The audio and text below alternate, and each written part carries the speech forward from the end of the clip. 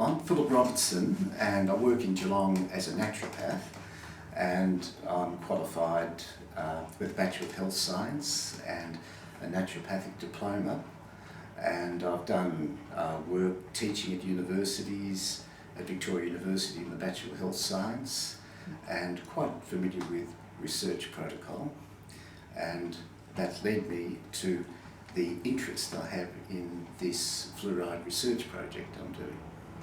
Right, which leads me to the next question. What's your involvement with water fluoridation issues?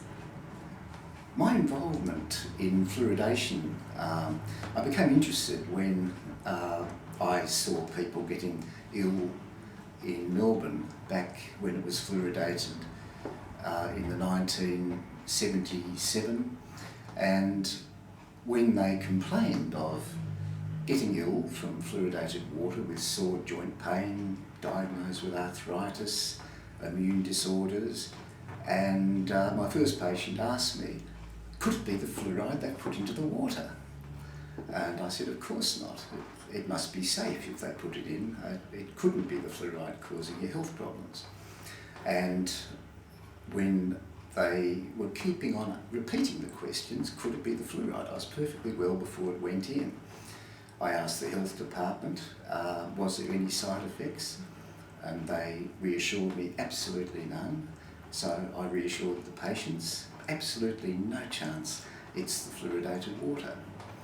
And it was only just through clinical practice observing how, when they visited or went on holidays to an unfluoridated water supplies, the city with fluoride-free water, their immune disorders, joint problems would resolve and reoccur upon visiting Melbourne again.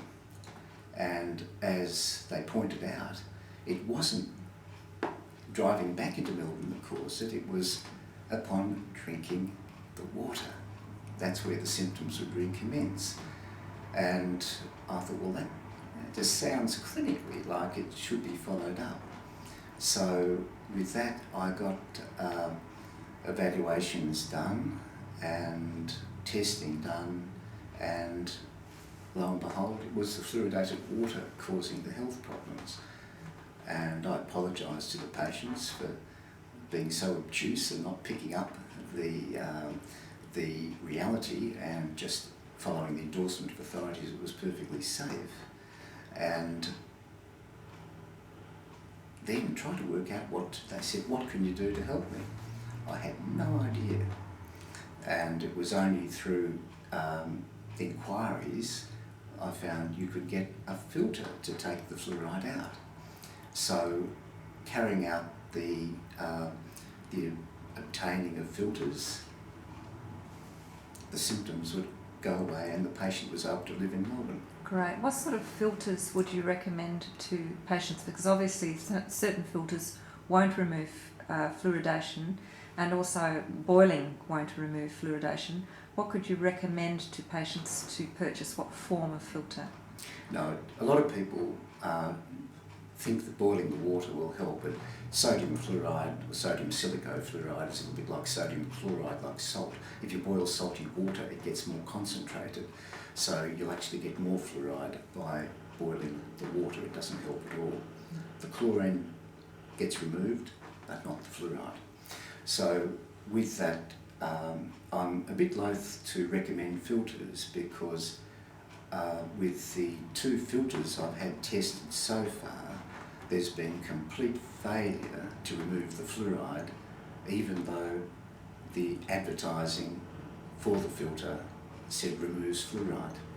So some filters do remove it, some filters don't, and I think people should always get the filter tested or have the manufacturers supply an accredited laboratory confirmation that the filter actually works.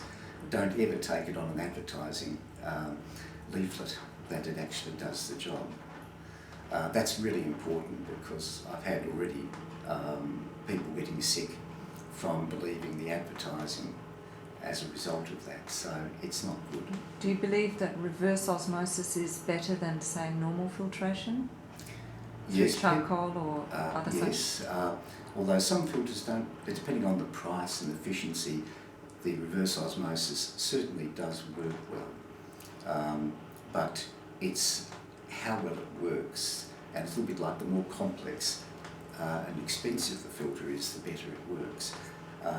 But the recommendation I make to people who are asking if they're getting sick from the fluoride is to go and purchase the actual guaranteed fluoride-free water from the supermarkets, and that way I know that yes, there is a way of testing if it's the fluoride that's causing the problem, because when they use it they'll say, oh, they're a lot better.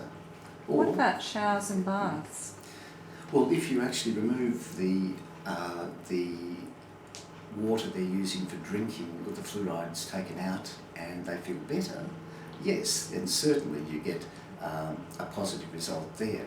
But so commonly people say, yes, you know, I'm not severely stricken with asthma now, I'm not feeling the pain in the joints, I'm not so tired, and that's good, but that's how I don't feel completely better. And commonly it's only when they stop washing in the fluoridated water do they get completely well. Your research and patient testing focuses largely on the issue of fluoride hypersensitivity. Victorian health authorities have dismissed or ignored this issue.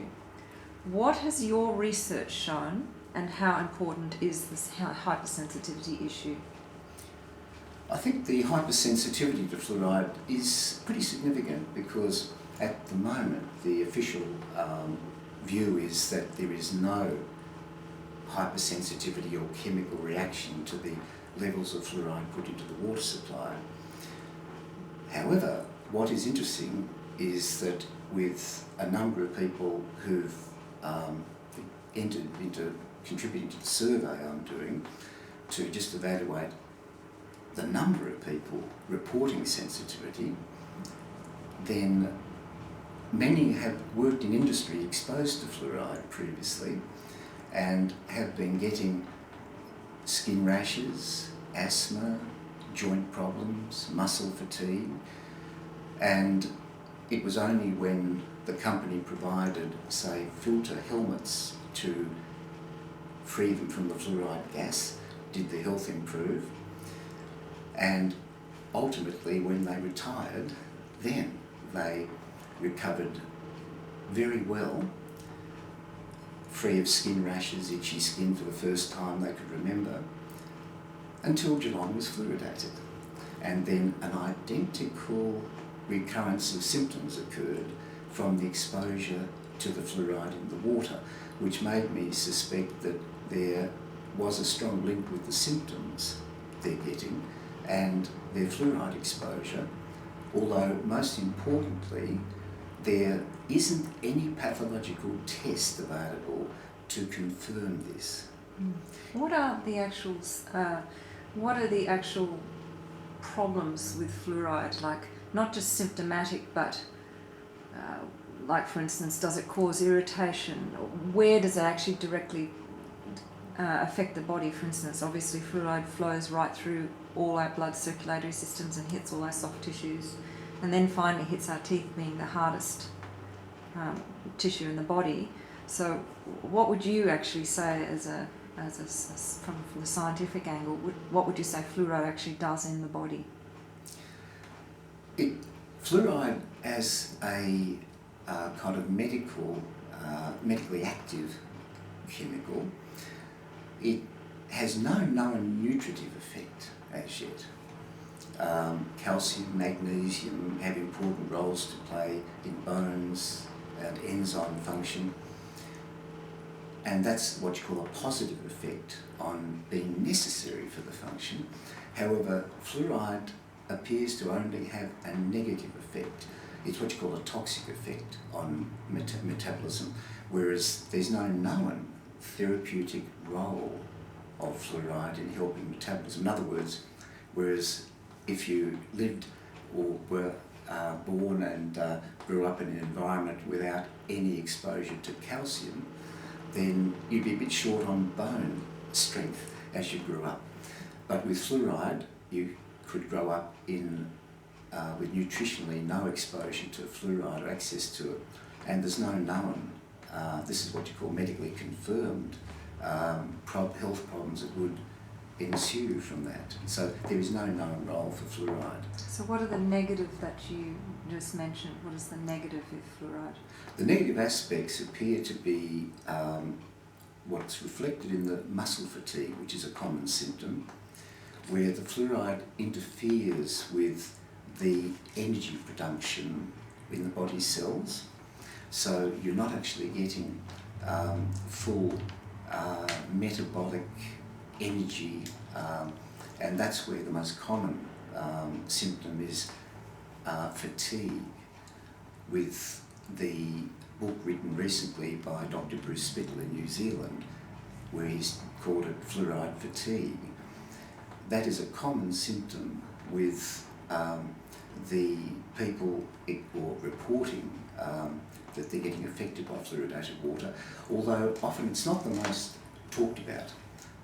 In our survey, the most common symptoms were like itchy skin, because you can connect that with it's like a very robust symptom. It irritates you, and so naturally we had a large response with people reporting some itchy skin. So it's an irritant.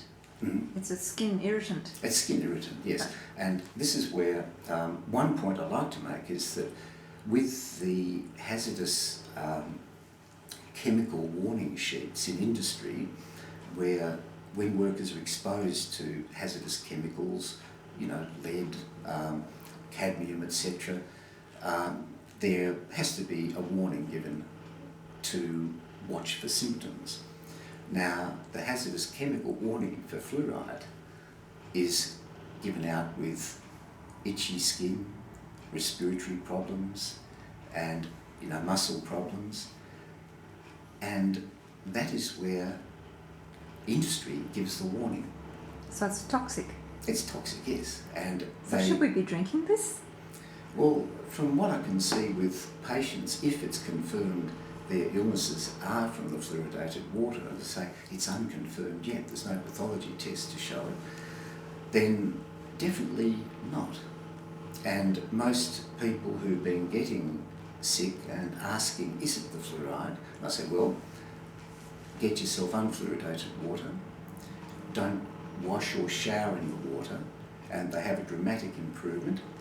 Then they go back again in a week or two's time and expose themselves, and all their symptoms come back, and then they remove themselves from the fluoride and they recover.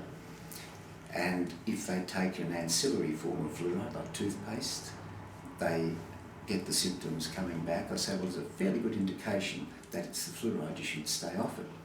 And that's where life becomes extraordinarily difficult, because one patient of mine had to stop washing, not only stop drinking the water, but she would get asthma every time she had a shower. And of course, that's really untreatable except with cortisone injections, but it was treatable by not washing anymore. That became extraordinarily difficult because she was not washing for 4 or 5 weeks at a time until she could get access to unfluoridated water. And even she started getting letters about how dare she walk the streets so unwashed, and from anonymous letter writers. And I don't think the politicians realise how difficult their lives are becoming, and that's why it is so critical for a proper evaluation to be done of the biochemistry on a biochemical level to see if it's the fluoride that's causing these symptoms.